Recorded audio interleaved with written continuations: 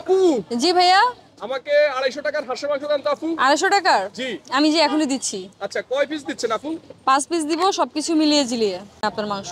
আচ্ছা আচ্ছা আচ্ছা, আপনার টাকাটা আপনি হাতে নেন, আমার হাঁসের মাংস হাতে দেন। নেন নেন। এটা আবার কিসের টাকা? নতুন টাকা আপু। কি বলেন? এটা কবে আসলো? এটা নতুন নতুন। না, আমি তো দেখিনি এর আগে। আপনি দেখেন নাই নতুন টাকা আসছে? না ভাইয়া, এটাকে আমি এর আগে দেখিনি। এটা ডক্টর না নতুন ভাইয়া, টাকা নিয়ে আসছে। সরি ভাইয়া, আমি এটা টাকা নিতে পারবো না ভাইয়া। কেন, সমস্যা কি? না, আপনি আমাকে পুরাতন টাকা দেন। আমি এখন না না, আমি এটা নতুন নিতে টাকা পারবো কই না পাবো? ভাই। আমি জানি না ভাই, এই টাকা আমার এখানে নেওয়া পসিবল না। কেন, আমি এর আগে সমস্যাটা কি? আমি দেখিনি ভাইয়া।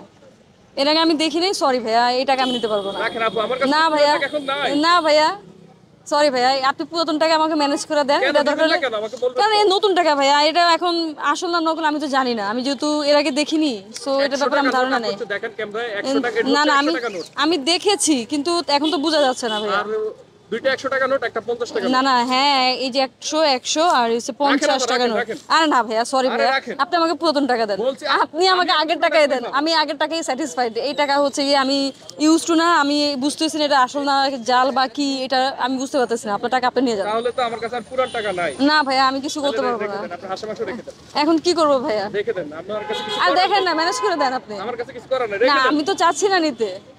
আমার কাছে তো এখন পুরান টাকা নাই। না না, এইটা কোনো কথা ভাইয়া? আপনি দেখেন, এটা আপনি অন্য কাউকে দেন, দিয়ে আপনি হচ্ছে অন্য কি আমাকে জায়গায় ইয়ে বিক্রি দেন। করতে পারবেন, রেখে দেন, কষ্ট করে রেখে দেন। তাহলে আর কি করার ভাইয়া? আমি না তো আসলে বিপদে পড়লাম। এই দর্শক, টাকা না, হবে না। ডক্টর ইউনূস নতুন টাকা নিয়ে আসছে, এই নতুন টাকা দিয়ে হাঁসের মাংস খাইতে আসলাম আসমা আপুর কাছে, কিন্তু উনি এই টাকাটা আসলে চিনতেছেন, এই জন্য নেয় নাই। আপু হ্যাঁ কষ্ট পাইলাম। ভাইয়া, কষ্ট পাবেন না। আসলে আমি তো মনে করেন ইউজ টু হইতে হবে, বা আমার এটা সম্পর্কে ধারণা থাকতে হবে, বা এটা আসল না নকল বা কি, এটার ব্যাপারে একটা ধারণা থাকতে হবে। এখন আমি নিলাম, পরে দেখলাম যে এটা নকল, সেক্ষেত্রে আমি লস। এর আগেও 500 টাকা একটা লস খাইছি ভাইয়া।